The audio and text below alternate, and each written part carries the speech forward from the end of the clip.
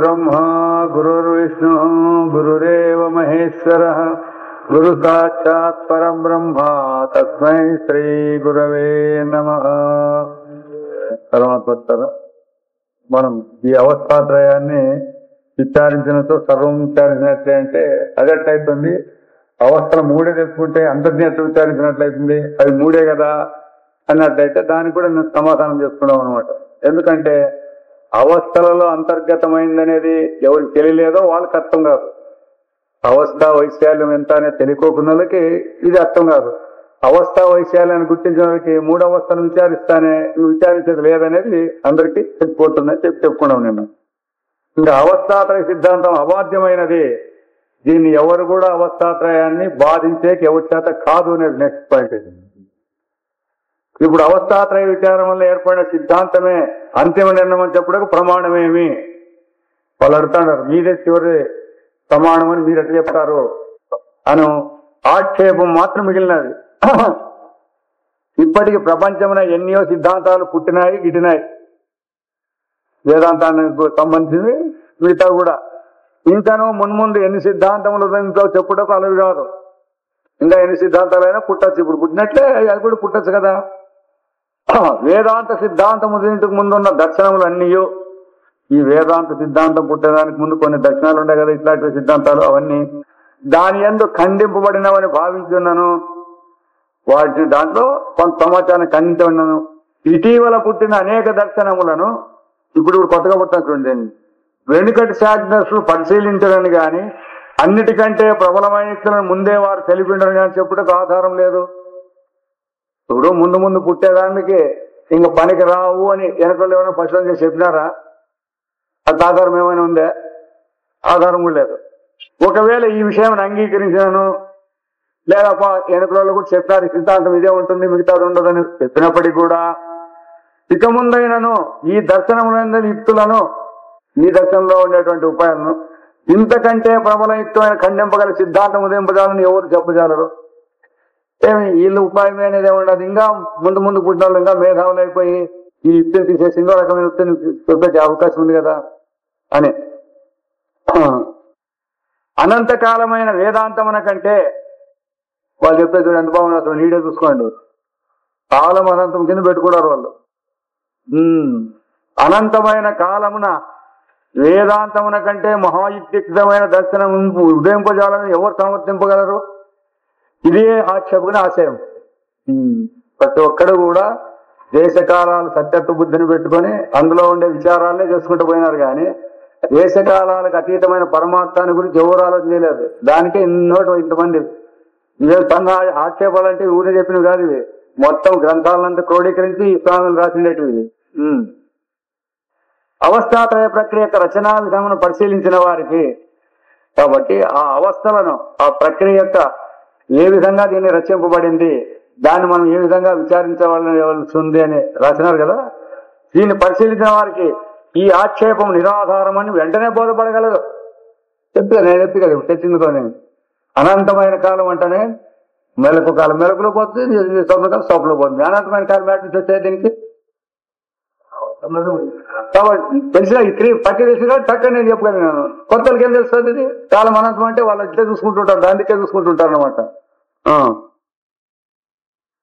ఎందుకనా కాలమందు పుట్టి గిట్టు వస్తువుల స్థితిగతులను నిర్ధారించి చెప్పుటకు ఎవరికి అలవు కాదు, వేదాంతానికి కాదు, ఎవరికి కాదు. ఎందుకంటే దేశకాలలో ఏమేమి పుట్టంటాయి ఏమేమి సత్తంటాయి అనేది వేదాంతం కూడా చెప్పలేదు.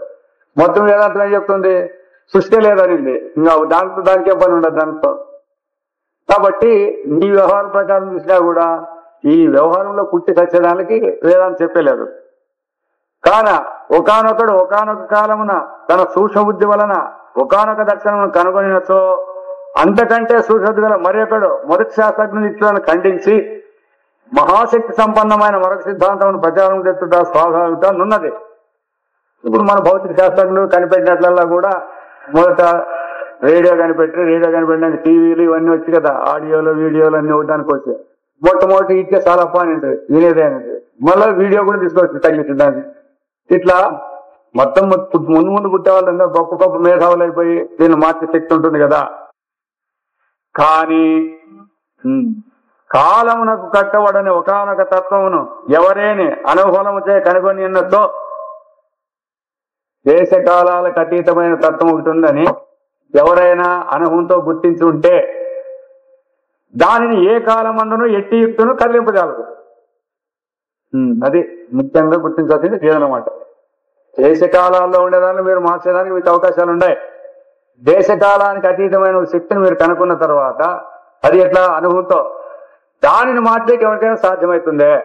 కాబట్టి ఎట్టి యుక్తిని కలిగి వేదాంతం కేవలం ఊహా నిర్మితమైన తార్కికుల దర్శనం కాదు. ఈ వేదాంతం అని మీరు చెప్పేది కొంతమంది నేర్పడతనమైనటువంటి బుద్ధిమంతులు తర్కాలతో చేసేటువంటి దృష్టి కాదు ఇది. ఈ విచారమునకు విషయమైన జాగ్రత్త స్వప్న సుషుప్తులను అవస్థలు ఏ కాలమునకును కట్టుబడి ఉండవు. మీరు దేశకాలానికి కట్టుబడే వాళ్ళని విచారం చేసి మీరంతా రాసుకుంటారు, బుక్కులు రాసుకుంటారు, వ్యవహారాలంతా తీసుకుంటున్నారు. అయితే వేదాంతం ఏం చేసింది? దేశకాలానికి కట్టబడుకోకుండా ఉండే అవస్థలు ఏమున్నాయో వాటి విషయం చెప్పండి అనమాట. ఇక్కడ కాలమే జాగ్రత్త స్వప్నములలో అంతర్గతమైన దృశ్య విశేషం. అంటే ఇంతకాలం అయిందని మీరు చెప్పేది మనకు తెలియబడేటువంటి విశేషమే గాని దీనికి స్వతంత్రమైన ఎక్కడ నుంచి తెచ్చిపెట్టినారు? ఈ అవస్థలను దృష్టిరాశిందుకొని చూస్తుండో స్వరూపం ఎన్నటికనే కాలమునకు కట్టబడజాలదు. కాబట్టి ఆ దేశకాలాల అవస్థలు ఉన్నాయి. ఆ అవస్థలను కూడా విషయం చేసుకొని చూసేటువంటి ఆ తత్వానికి బాధ్యమయ్యడానికి అవకాశం ఎక్కడ ఉంటుంది? దానికి ఎప్పుడు కూడా అది ఏ కాలానికి కట్టబడదు. ఆ కాలంలో ఉండే ఎవరు చేసినా కూడా దాన్ని ఖండించడానికి సాధ్యం కాదు. ఇట్లుందా ఈ విధంగా ఉన్నప్పుడు కాలక్షేత్రమునే అధిగమించిన వేదాంత విషయము దేశకాలాలకు అతీతమై ఉండేది. అంతేకాదు చూడు, సులభంగా చెప్తారు అందరూ కూడా. వాళ్ళు ఏమి పరమాత్మ స్వరూపం అవామానస గోచరము అంటారు. వినేవాళ్ళు వింటారు. మరి వాక్కు గాని మనస్సుకు గాని ఇంద్రియాలకు తెలియదు అంటారు. అప్రమేయము అంటారు. ప్రమాణాలకు తెలియదు అంటారు. మరి ఎట్లా తెలుసుకోవాలి స్వామి అని ఎవరన్నా ఎంతమంది ఎవరైనా ప్రశ్న వేసినారా అని లేవు.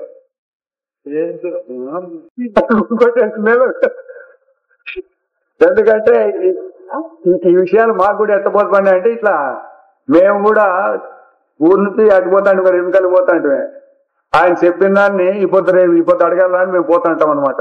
అనుకొని పోతాం ఇటు నుంచి. ఆయన ఉపన్యాసం చెప్పేదాంటేనే మేము అడిగే పని లేకుండా అయిపోతాం అనమాట. చూడు అది ఎందుకో మరి అట్లా అంత నీట్ గా దాన్ని ఎక్స్ప్లెనేషన్ ఉంటాడు అనమాట అది. కాబట్టి ఆ విధంగా ఎప్పుడైతే ఈ విధంగా అందరూ చెప్తారు మళ్ళీ మరి పోనీ ఆత్మ అద్వితీయం అంటారా ద్వైతీయం అంటారా? వాళ్ళు కూడా చెప్తారు, వేదాంతం చెప్పేవాళ్ళు. మళ్ళీ అద్వితీయం అంటారు. మరి ఇన్ని రకాలు మాట్లాడినప్పుడు జాగ్రత్తలో ఉండే సత్యాన్ని పెట్టుకొని మేము విచారం చేసినామంటే ఎట్లా చేసినట్లు అని వీళ్ళు వినేవాళ్ళకి కానీ అంతలో పరబ్రహ్మకి ఇది పరబ్రహ్మమే ఆధారం. అదేనాపా పరబ్రహ్మం ఆధారం అన్నాక పరబ్రహ్మమే మిగిలిపోవాలి కానీ మళ్ళా ఇదంతా ఉందని కూర్చోకూడదు. పరబ్రహ్మం తెచ్చుకుంటే ఏంటికి వచ్చిండే నువ్వు? అది ఉంది ఇది ఉందని తెచ్చుకుంటే వచ్చిండే. దానికి పోయి కర్మ ఎవరి కర్మ వాళ్ళది. మనసు అడ్డుపడుతుందంటే మనసు అడ్డుపడుకోవడం చూసుకోండి పని నీదే. ఆ మనస్సు అనేది లేదని చేసేకేది వేదాంతం చెప్పేది కూడా. మనసు అడ్డుపడుతుంది ఎప్పుడు పడుతుంది? జాగ్రత్త విషయాలు సత్యత్వం అంటే మనసు అడ్డుపడుతుంది అనుకో. జాగ్రత్తలోనే ఈ మనసును అడుగు, ఏ విషయాలు నీకు ఆనందాన్ని ఇచ్చినాయి, ఏ విషయాల నుంచి నువ్వు ప్రయోజనం పొందినావు, నీకు సమాధానం దొరికిందే, తర్వాత మరణించిన తర్వాత నీ గతి ఏమి అడుగు, దాన్ని అడుగు ఏం చెప్తుందో. అందుకే ఈ లోకంలో వ్యవహారాలు కాని పరలోకంలో వ్యవహారాలు కాని పరలోక సుఖాలు కాని ఈ లోక సుఖాలు కాని ఏం నీకు ఆనందాన్ని ఇవ్వగలుగుతాయి? ఏ లోకంలో ఉన్నా కూడా ఒకటే. అర్థమైనా లేదా మీకు? పశుపక్ష క్రిమికీటకాలు పుట్టినా ఒకటే. ఎందుకు? ఆ పశువుల లోకంలో ఆ పశువులకి ఏమో సంబంధం కాదు, అవి చూసుకుంటే అవి హాయిగా ఉంటాయి అంతే. అదేవిధంగా క్రిమికీటకాల్లో కూడా దానికి అవే హాయి. ఎట్లయితే కూలల లోకము సావుకారు లోకం ఉంటాయి చూడండి, అట్లా స్వర్గలోకంలో స్వర్గలోకం వాళ్ళు ఉంటారు. దేవలోకంలో ఉండాలంతా మనల్ని మత్స్యలోకంలో లేదంతా పనికి మనలను మాకు సర్వీస్ చేసే వాళ్ళని వాళ్ళు పెట్టుకుంటారు. మరి మీకు దీంట్లో మేము సావుకారులు కావాలని మీకు ఉందా లేదా బుద్ధి? వాళ్ళ దృష్టిలో అంటారు మీరు పనిచేసే సేవకులు అని వాళ్ళు అంటారు.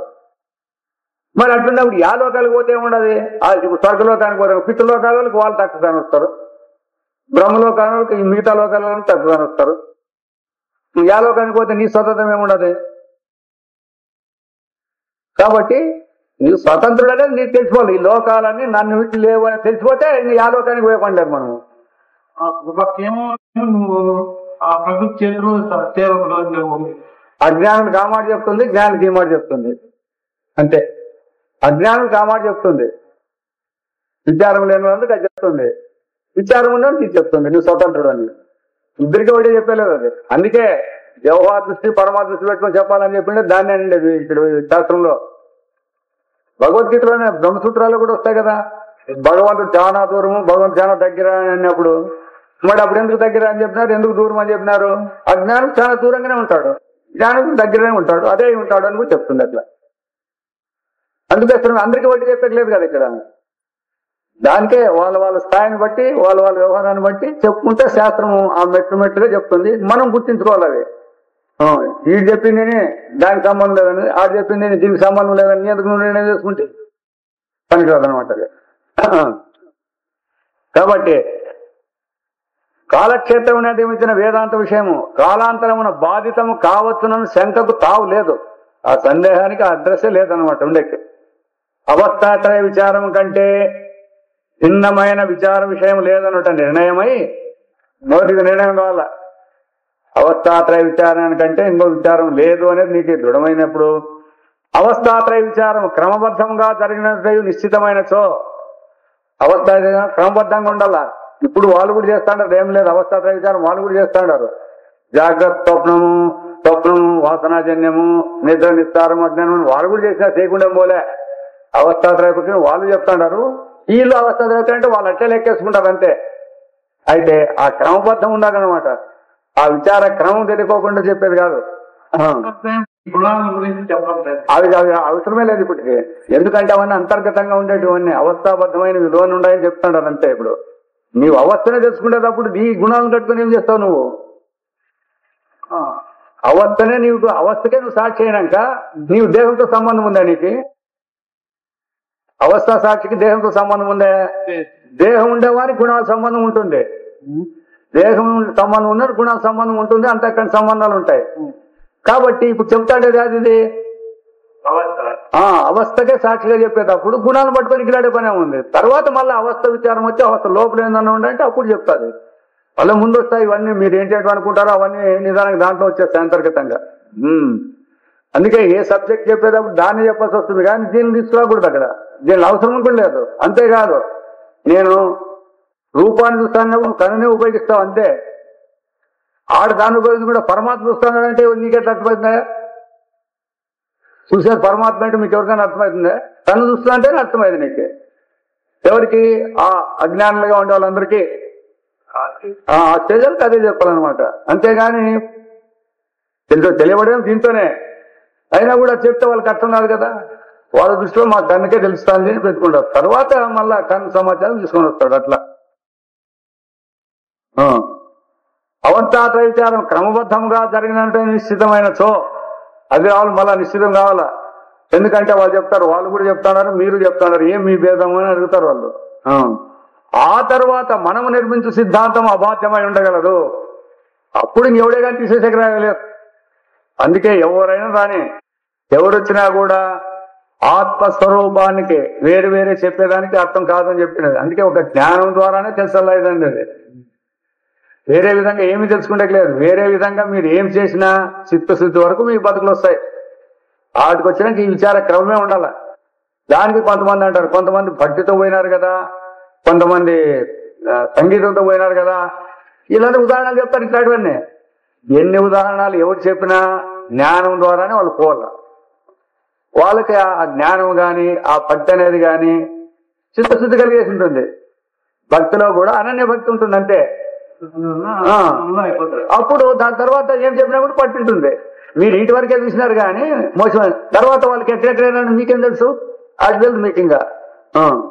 అందుకోసమే మన నిర్ణయాలు కాదు అవన్నీ వాళ్ళకి అయినాయి, లేదు నీ నిర్ణయం కాదు, వాళ్ళు తెలిసిండాలి అవన్నీ.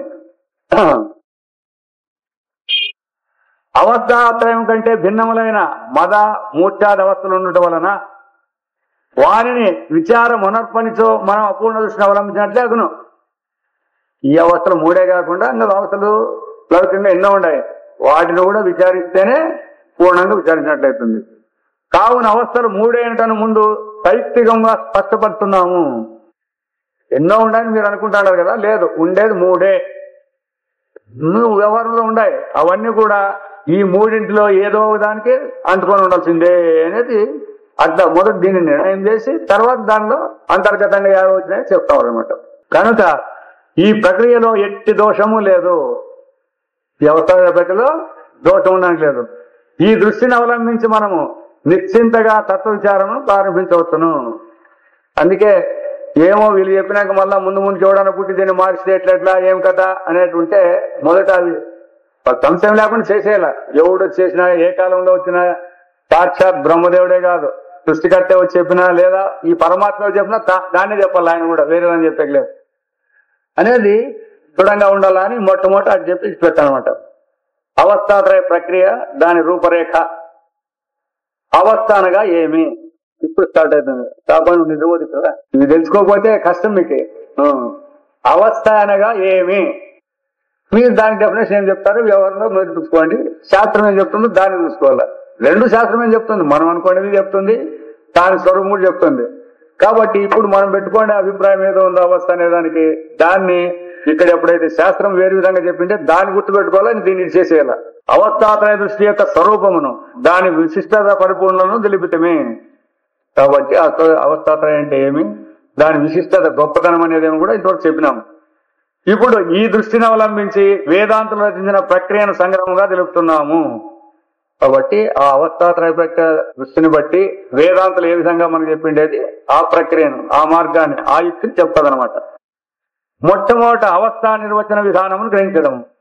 అవస్థ నిర్వచనం అంటే అవస్థ అనే పదం వాడుతుండవే, దానికి నిర్వచనం ఎందుకు వచ్చిండే దానికి విపులంగా చెప్తాం, గ్రహించడం. అవస్థ అనగా ఎవరైనా ప్రశ్నిస్తూ స్థితి అని సమాధానం నొసగతరు. ఇప్పుడేమో మనం సామాన్యంగా ఏమి వాడే అవస్థలో ఉన్నాడు, ఇది అవస్థలో ఉన్నాడు, ఇట్లే వాడుతుంటాం. అవస్థ నిలబెట్టి అడిగితే ఉందని నిలబడతాం మనం కూడా. ఎందుకు స్థితి అనే పదం మనకి ఎంతమంది వస్తుంది? స్థితి అనే అవస్థ అనేది సులభం, కానీ స్థితి అనేది ఇంకా శాతం పైన. కాబట్టి స్థితి అని, కానీ ఇది అవస్థా స్వరూపమును స్పష్టపడుతున్నట్టు. కానీ ఏ ఒక్కడి అనుభవం కానీ తృణీకరించడమేని. ఎవడో దాంట్లో మాయనముడు చూపి అంటే నీకేమో చదవతంటే ఏదైనా వేదంత విన్నావా పొప్పో అనకూడదు. వాటి సమస్య ఏమొస్తే వాటి దాన్ని కూడా సమాధానం చెప్పాలి మనం. తత్వ నిర్ణయం కాజాలి కనుక ఇది సరైన సమాధానం కాదు. పూర్ణానుభవంతే తత్వ విచారం మనొస్తున్నప్పుడు సామాన్య అవస్థలనే కాక విశేష అవస్థలను కూడా పరిశీలించవలసి ఉండును. సామాన్యం అందరికీ వస్తాయి, విశేష అవస్థలు కూడా ఉన్నాయి కదా దానికి. ఎందుకని ఇందుకు వేదాంతుల ఉత్తరం ఏమనగా, మనకు మెలకువలో కొందరికి మత్తెక్కినట్టును, పిచ్చివారి వలను లేక ఇతర అవస్థలు అనుభవించే వారి వలను తోచుతుండవచ్చును. మెలకులో ఉండే వాళ్ళకి ఇవన్నీ కనపడుతుంటాయి కదా. అయితే ఏమి మనం ప్రస్తుతం ఆయా అవస్థలను విచారించే ఆవశ్యకత లేదు. మనకు పరమార్థము ఏ ఏ ప్రత్యేకములైన మన ఎడమను గోచరించున్నది అనుటనే మనం ప్రస్తుతం విచారిస్తున్నాము. వాళ్ళు ఇవన్నీ అడుగుతాడే కదా, దానికి సమాధానం చెప్పాలంటే అట్లేం కాదు. ఇప్పుడు మనం విచారించేది అవస్థలు విచారం చేసుకుంటున్నాము. ఈ అవస్థలు ఉన్నాయన్నారు, మరి ఈ అవస్థల యొక్క స్వరూపం ఏమనేదాన్ని మనం విచారించుకుంటూ ఉండాలి. వాడికి పిచ్చి పట్టింది కదా, వాడు పరమాత్మ కాదంటే ఈ వేరు ప్రకారంలోనే మనం అవస్థలను వ్యవహరిస్తున్నామని ఇంతకు ముందే తెలిపినాము. ఈ దృష్టిదే కూడా జాగ్రత్తనందే ఇతర విశేషావస్థలన్నీ అంతర్గతములు. అది మెలకువను విడిచి ఈ విశేషాలు లేవు. ఇట్లుండా అవి వేరు అవస్థ ఎట్లా విన్నావు. మనం కూడా అదే చెప్తాము. జ్ఞానంలో కూడా భేదం కలుగుతుంది కదా. మాకు తెలివి అయింది అంటాం, తెలివి కాలేదంటాం కదా. జ్ఞానం మారింది కదా. ఇప్పుడు నాకు తెలిసిందే అన్నావు, తెలియలేదు అన్నావు. తెలిసింది అన్నప్పుడు జ్ఞానం అయిపోతుంది, తెలియలేనప్పుడు జ్ఞానం అవుతుందా లేదా? మీరు జ్ఞానంలో మార్పు లేదంటారు కదా. అదే అది తెలియలేదనేది జ్ఞానమే, తెలిసిందనేది కూడా జ్ఞానమే. జ్ఞానం మార్పు అయిందా లేదా అంటారు. కానీ వృద్ధులు మారినాయి. ఇది రాదు, ఈ పాయింట్ తెలుసుకోండి. అలా వ్యవహారంలో ఈ ప్రశ్న వేస్తే చెప్పేకి రాదు. ఈ వృత్తి జ్ఞానాలని తెలియదు ఎవరికి, జ్ఞానమే అనుకుంటాడు దీనిలన్నింటినీ. వృత్తి జ్ఞానాలకు మూలం జ్ఞానం. వృత్తి జ్ఞానాలు మారుతా ఉంటాయి, అవి పుడతా ఉంటాయి, మరుగైపోతుంటాయి. అయితే ఈ వృత్తి జ్ఞానాన్ని జ్ఞానం అంటానే అందరూ. మీకు జ్ఞానం లేదంటే మాకెందుకు జ్ఞానం లేదంటారు వాళ్ళు. నీ జ్ఞానం లేదని కాదు వేదాంతం చెప్పేది, మీ స్వరూప జ్ఞానం మీకు లేదు అనేది వాళ్ళు దండిస్తేది. మనం ఏమంటాం, మా జ్ఞానం లేదంటే మేము ఇంత పాస్ అయినాము, ఈ ఉద్యోగం చేస్తాంటే మాకు జ్ఞానం లేదంటే వేదాంతం అంటుంది. దాని గురించి కదా నేను చెప్పాను. నీవెవరు అంటే చెప్తా విచారణ అయితే, నీవెవరో సమాధానం చెప్పు. నీ జ్ఞానం ఉంది అంటాడావు కదా, చెప్పు నీవెవరు. ఏం చెప్తాడు మనోడు? డాక్టర్ అంటాడు. అదేమిటి వృత్తి వృత్తి పేరు అది. నీ పేరు నువ్వెట్టవా? వృత్తి నువ్వు పెట్టవా?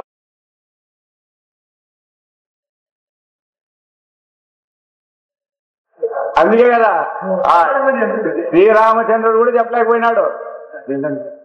నువ్వెవరు అంటే, నేను శ్రీరాముడు అంటే నీ పేరు, నువ్వెవరని మేము అడుగుతాండే. నేను దాసరికి మీ నాయన ఎవరి కొడుక నేను మిమ్మల్ని అడగలే, కలుస్తా కైసల్యాపుత్రుడు అంటాడు. మీ అమ్మాయి పేరు మేము అడిగితే మరి ఆడ ప్రశ్నలు వేసిండేది. అప్పుడు దిక్కు తెలియక ఎప్పుడు చెప్పమంటే అప్పుడు ఈ పరమాత్మ స్వరూపుడు అంటే. కానీ ఇవన్నీ దీంట్లో వచ్చిండేది ఇవన్నీ అట్లా ఇప్పుడు జ్ఞానోదయం అదే అదే. అందుకే పుస్తకాలు ఏమో దానికి చదువుతున్నారు అందరూ కూడా. అయితే క్యాచింగ్ మాత్రం లేదు జ్ఞానానికి. కారణం ఏమి అంటే ఈ విధమైనటువంటి విచారం లేదు. మొట్టమొదట మన జ్ఞానం అంటే ఏమి, పరమాత్మ జ్ఞానం అంటే ఏమి అనేది ఇవి లేవనమాట.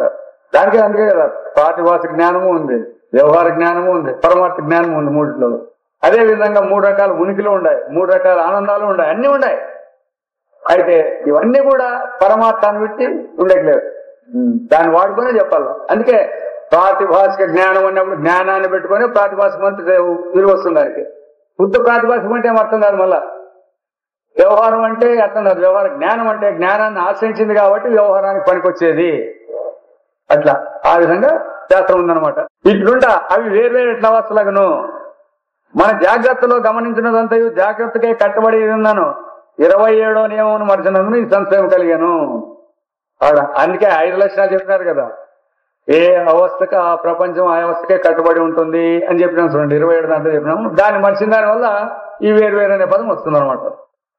అయినను మరి ఒక దృష్టికోణం చే ఈ అవస్థలను విచారింపవలసి ఉన్నదని ఎవరైనాను భావించవచ్చును. ఇత కాకుండా ఈ అవస్థలు వేరే దృష్టికోణంతో చెప్పాలనుకుంటారు. ఎట్లనగా జాగ్రత్తలో మనకు కనిపించే వారే మనోరథ మద మూర్ఛాదులను మనం పరీక్షపోయినా చింతలేదు, వారికి ఏ అవస్థలను చింతలేదు. ఆ అవస్థలు మనకే కలిగినవనుకున్నాడు, అప్పుడెట్టు భావింపవలను అంటాడు వాడు. మీరు చెప్పేదేమి అన్ని అంతర్గతాలే అన్నారు కరెక్ట్. అవన్నీ ఎవరికి వచ్చినప్పుడు పర్వాలేదు, నీకే వచ్చినాయి ఈ అవస్థలు ఒకటి మదావస్థ మూర్ఛావస్థ మనోటవస్థ ఇంత వచ్చినాయి అనుకోండి. అప్పుడు ఎట్లా వాని అనుభవం లెక్కింపవలనా లేదా? ఈ ప్రశ్నకు సమాధానం ఏమనగా మనం పూర్తిగా మేల్కొని ఉండని, మేల్కొనక పోని బయట మన మెలకువకు సంబంధించిన ప్రపంచం ఒకటి ఉన్నదని భావించి ఆ ప్రపంచమునకు సంబంధపడినట్టు మనం అనుభవించే అవస్థలన్నీ మెలకువైంది అంతర్గాలు. అంతే.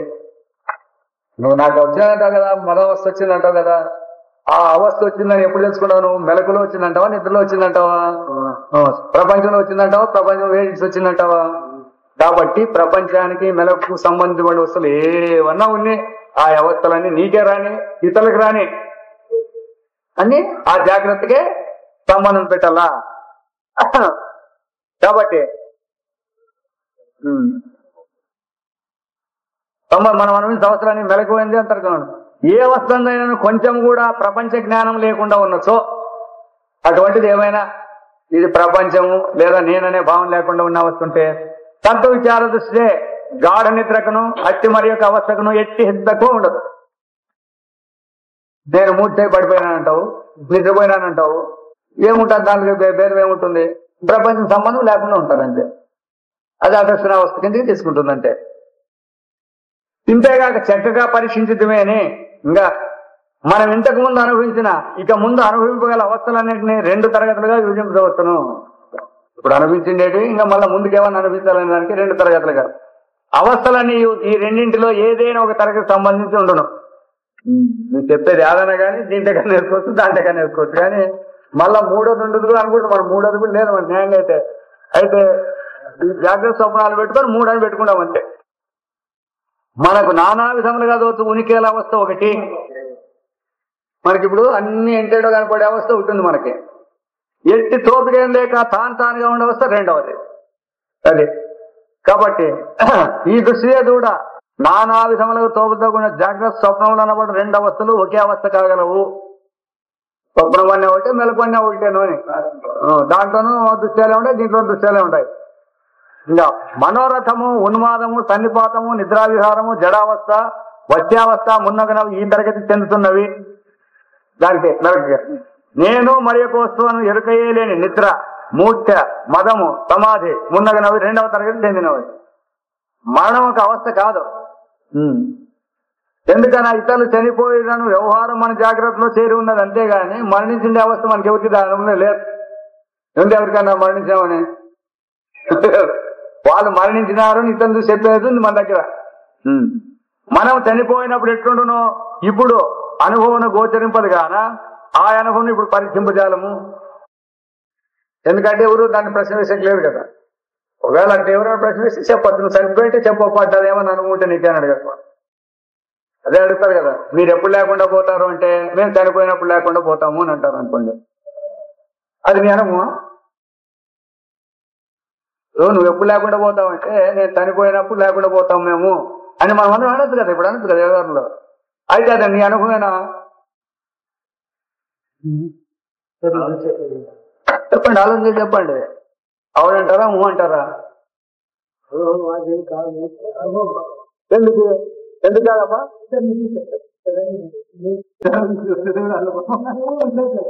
అంతే అదే కాబట్టి ఇద్దరు చూసే మరణం అనేది ఇద్దరు చూశాను, కానీ నేను మరణించినానని అనుభవం మనకు లేదు. పుట్టినానని అందుకే పుట్టినానని అనుభవం మనకు లేదు. ఎప్పుడైతే మీరు ఇంట్లో మాట్లాడుతున్నారో అవస్థను మీరు 2 ఒకటి కావాలి. అట్లా ఇచ్చిపెట్టు, అవస్థ వాళ్ళు ఒకటి కాకపోయినా ఇచ్చిపెట్టు. తీసుకో వాళ్ళు అవస్థను నాకు 2 ఒకటేను అని చెప్పేసి అనుకోని అనుభవం పరమాత్మ నుంచి అవస్థ లేదు నేను లేదనేది రావాలనుకో అంతే. అంతేగాని మిగతాది ఏం లేదు. మళ్ళీ అది నేను ఖచ్చితంగా వచ్చేది. పరమాత్మ లేకపోయినాక సముద్రం లేకపోయినాక నేను లేదు, నువ్వు లేదు, గంగైనా లేదు, సరస్వతి లేదు, అన్ని నీళ్ళే, అంత సముద్రమే. అట్లా ఈ జీవుడు అనేవాడు కానీ ఇంకా ఏదైతే ఇది పేరు పెట్టుకునేవాడు అన్ని కూడా పరమాత్మ గుర్తించినాక అన్ని క్యాన్సల్ అయిపోతాయి. అంటే పరమాత్మ అనే పదం ఉంటే బయట రాసిండేదాడు అంతే. నామరూపాలన్నీ కూడా పోతాయి. వచ్చింది జాగ్రత్త కూడా. అందుకే ఎవరైనా అడిగితే చెప్తారు. ఒకరు కూడా అడిగితే మీరు ఎప్పుడు లేకుండా పోగలుగుతారా అంటే ఆలోచన చేసి ఊర్లో లేకుండా అంటే అట్లా కాదు, ఎప్పుడు లేకుండా పోవాలంటే చనిపోయినప్పుడు మేము లేకుండా పోవాలని ధైర్యంగా అంటారు. అదే ముల్లాదేం లేదు అనేది కదా. ఏం తప్పేముంది దాంట్లో? చనిపోయినప్పుడు మేము ఎప్పుడు లేవనేది. అయితే శాస్త్రం అడుగుతున్నప్పుడు చనిపోయినప్పుడు నువ్వు చనిపోయింటే చెప్పిండచ్చు, చనిపోయినప్పుడు నేను లేను. నువ్వు చనిపోలేదు కదా, మరి లేదనేది నీకెట్లా అనుభవం వచ్చింది? మేము అడుగుతా అంటే నువ్వు ఎప్పుడు లేవని అడిగినావు, కానీ ఇద్దరు లేరని అడిగినామా? నువ్వెప్పుడు లేకుండా పోయినా మేము అడిగినాము, నువ్వు ఇద్దరు లేదని చెప్పితే అదే సమాధానం ప్రశ్నకి. కాబట్టి అప్పుడు కూడా ఆ సమాధానం చెప్పాల్సి వస్తే కూడా అనుభవంతోనే చెప్పాల్సి వస్తుంది అనమాట. అది కూడా అనుభవంతోనే చెప్పాలి, ఎప్పుడు చెప్పాలనే. అందుకే అనుభవాన్ని విడిచి ఒక్కడు కూడా ఏమే కానీ మాట్లాడలేదు. అనుభవం లేదని చెప్పాల్సి వచ్చినప్పుడు కూడా అనుభవాన్ని ఉపయోగించాల్సి వస్తుంది అంటుంది. అనుభవం మనం లేకుండా పోయినప్పుడు అది కూడా అనుభవంతోనే కదా చెప్పాల్సింది. ఉపత్తి కాదు కదా. వంటి శాస్త్రం అనుభవంతోనే చెప్పాలనేది పదము, అనుభవం ఎప్పుడు ఉంటుంది అనేది అర్థము. అంతే, అదే కావాల్సిండేది మరి దీనికి. వేదాంతం శాస్త్రం అదే చెప్తాండేది. మీరెప్పుడు అనుభవ స్వరూపుడే, ఒకప్పుడు ఉండి ఒకప్పుడు లేకపోయే వాళ్ళం కాదు మనము. అందుకే భగవంతుడు కూడా అర్జున్ చెప్తాడు కదా, అర్జున నేను గాని నీవు గాని వాళ్ళు గాని ఒకనొకప్పుడు ఉండి ఒకనప్పుడు లేకపోయే వాళ్ళం కాదు అని ఇస్తాడు. మరి భగవద్గీతలో అది ఎంతమందికి అర్థమైంది చెప్పండి చూస్తాము. భగవద్గీత అందరూ వింటాడారు. అర్జున్ చెప్తాడు కదా, అది ఎప్పుడైతే నేను సంస్థానప్పుడు అంటాడు కదా, భగవంతుడు అంటాడు కదా, అర్జున నేను గాని నీవు గాని ఈ రాజులు గాని ఒకప్పుడు ఉండి ఒకప్పుడు లేకపోయే వాళ్ళం కాదు అంటాడు. అప్పుడు మీకేమర్థమైందని చెప్పండి. స్వరూపాన్ని మనం ఎవరు అనుకుంటారు? స్వరూపం అనుకుంటే భగవద్గీత ముందు చదివే పనే ఉంది. నువ్వు చెప్పినావు ఎప్పుడు చెప్పినా కూడా మీరు చెప్పినప్పుడు అనుమానించి చెప్పినా నేను చెప్తాను. అది మీరేమనుకుంటాడారు? మేము చెప్పినామని మీరు అనుకుంటాడారు. కాదప్ప మీరు చెప్పేదాన్ని కాదు, మీ స్వరూపమే చెప్తాను, నేను చెప్తాను. అది మీ స్వరూపమే. అదే మాట మీరు అట్టయితే అంటారు అమ్మా. ఇక మీరు ఎప్పుడు లేకుండా పోదా అంటే ఆ లేకుండా పోతామని ఎవరైనా మేము మాట్లాడితే అది మా స్వరూపమైన మీరు అంటే అప్పుడు కొనుక్కునే పని అట్లా లేకుండా ఊరినే మాట్లాడి మేము అట్టే చెప్పినామంటే మేము కుదరదు అట్ట మేము ఐవర్తం చేసినామని సులభంగా ఇచ్చిపెట్టలేదు మిగతా వాళ్ళైతే తప్పించుకోవచ్చు కాబట్టి ఎట్టి తోపిన తాను కాకుండా అవసరం లేదు. ఈ దృష్ట్యా కూడా నానా విధములకు తోపిలతో ఉన్న జాగ్రత్త తప్పున అనబడవు రెండవస్థలు ఒకే అవస్థ కాగలవు. మనోరథము ఉన్మాదము సన్నిపాతం అంత అయిపోయింది. మనం చనిపోయినట్టున్నాం ఇప్పుడు అనుభవం గోచరింపదుగాన ఆయన ఇప్పుడు పరీక్షింపజాలము. ఈ విధంగానే ముక్తి అవస్థను కూడా గ్రహింపవాలి. ఆయన ముక్తులు కాలేదు కాబట్టి మనకి మోక్షం అని చెప్పేకి అధికారం లేదు. మనకు ఈ రెండు విధములైన అవస్థలే గాక మూడవ ప్రత్యేకమైన అవస్థ ఉన్నదని కల్పించడం కూడా శక్యం కాదు. దర్శనావస్థ అదర్శనావస్థ ఈ రెండు విడిచిపెట్టి మీరు మూడో అవస్థ ఉంటుందని చూపిస్తాం. చాలా మంది సమాధానం ఇస్తారు అదర్శనావస్థ వాళ్ళు అంటారు. ఎందుకంటే తెలుసుకోకుండా టక్కని ఇస్తారు ఈ మాట ఇస్తారు. ఎందుకంటే వాళ్ళు దాంట్లో చేసుకుంటే తెల్లే దాని అది మూడో వస్తుంది అని. కాబట్టి కాన జాగ్రత్త స్వప్నం అనబడు దర్శన వృత్తి అవస్థను గాఢ నిద్ర అనబడు అదర్శన వృత్తి అవస్థను విచారించడమే అని అది బాగా క్లీన్ గా చెప్పినట్టు. దర్శన వృత్తి అవస్థ అదర్శన వృత్తి అవస్థ అంటే వృత్తులు అన్నప్పుడు అవి లేవు. అందుకే భాగవతంలో కూడా అట్లే జాగ్రత్త స్వప్న సూత్రాలను వృత్తులు ఎవ్వరి చేత ఎరుంగనవాడు అఖండాత్మ అన్నాడు. ఈ జాగ్రత్త అనేది వృత్తే, స్వప్నం అనేది వృత్తే, నిద్ర అనేది వృత్తే. కాబట్టి ఈ మూడింటిని వృత్తులు తెలుసుకునేటువంటి తాను మాత్రం వృత్తిలో లేడు కాబట్టి అతడే ఆత్మ అని చెప్పినారు అనమాట. అందుకే ఈ ప్రక్రియ చేసిన తర్వాత భాగవతంలో ఎట్లా వాడాలనేది సులభంగా తెలిసిపోతుంది. ఈ తెలియదు అనుకోండి ఆడిపోయి అడగండి ఎవరన్నా ఈ వృత్తులు అనేవి మూడు తెలుసుకున్నాడు ఆత్మ అంటే వాళ్ళకి చెప్తారు, వాళ్ళకి తెలిసే రాదు అది. కాబట్టి నిందుట కావున జాగ్రత్త స్వప్నం మూడు అవస్థలు ఉన్నవని నిర్ణయించుట పూర్ణ దృష్టి సమ్మతమగును. ఇప్పుడు జాగ్రత్త స్వప్నాలను విడిదిచ్చినారంట. అది దర్శనావస్థ కిందే ఉంది. దర్శనావస్థ కాబట్టి మూడే, నాలుగోది ఎవరికి ఉండేదానికి లేదు. వీటిని పరీక్షించినతో ఇతర అవస్థలన్నింటినీ పరీక్షించినట్లే అగును. ఎందుకంటే మట్టిని తెలుసుకున్నట్లయితే మట్టి కార్యాలన్నీ కూడా ఎన్నైనా ఉండలేండి అవన్నీ, దాన్ని అంతా చెప్పే పని లేదు. అట్లనే బంగారం గుర్తించినాక దాంట్లో ఎన్ని ఆభరణాలు ఉన్నా దాన్ని చెప్పాల్సిన పని లేదు, అంతా బంగారే. ఆ విధంగా అందువలన మాండూక్య భాషలో జాగ్రత్త దృష్టిగా చూసినప్పుడు ఆ వ్యవస్థల యందు వివిధ విశేషములు గోచరించడం నిజమే. కానీ తత్వ నిర్ణయ దృష్టి ప్రవృత్తులైన మనకు ఈ అవస్థాత్రయ విచారమే పర్యాప్తము. ఇదే మీకు ఆధారము, దీనికంటే వేరే ఆధారం లేదు అని చెప్తారనమాట. ఇది అందుకే మాండుక్యం ఏకం ఏవో ఆలం అంటుంది. మాండుక్యం ఒకటి గుర్తించుకుంటే ఇంక మీరు ఏమీ చదవాల్సిన పనిలేదు, ఉపనిషత్తులు తెలుసుకోవాల్సిన పనిలేదు. ఎందుకంటే అందరికి అనుభవపూర్వకంగా మూడవస్థలను అనిపిస్తాడమని జ్ఞానం ఉంది కాబట్టి అవి ఎట్లా అనిపిస్తాడారనే బోధం ఎప్పుడైతే తెలిసిపోతుందో తాను తప్పితే రెండవది లేదనేది బోధపడుతుంది. కాబట్టి అదొకటే చాలు అని చెప్పినారు అనమాట. ఇంకా అవస్థలకు గల పరస్పర సంబంధం మనం ఏమనుకుంటాము, ఈ జాగ్రత్త అవస్థ వాసన అన్నటువంటి దానికి అది చెప్పినారు కదా. కాబట్టి అట్లా ఏమైనా మీకు సంబంధాలు ఉన్నాయని చూడాలి. ఇప్పుడు అవస్థలు మూడే అని నిర్ధారించిన పిదప వానికి గల పరస్పర సంబంధమైన ప్రశ్నకు సరైన సమాధానం గ్రహింపలేను. మూడే అన్నారు కానీ మూడంటే ఎట్లా అది స్వతంత్రమా లేకపోతే ఒకదానికి ఏమైనా సంబంధాలు ఉన్నాయా అది తెలుసుకోవాలి.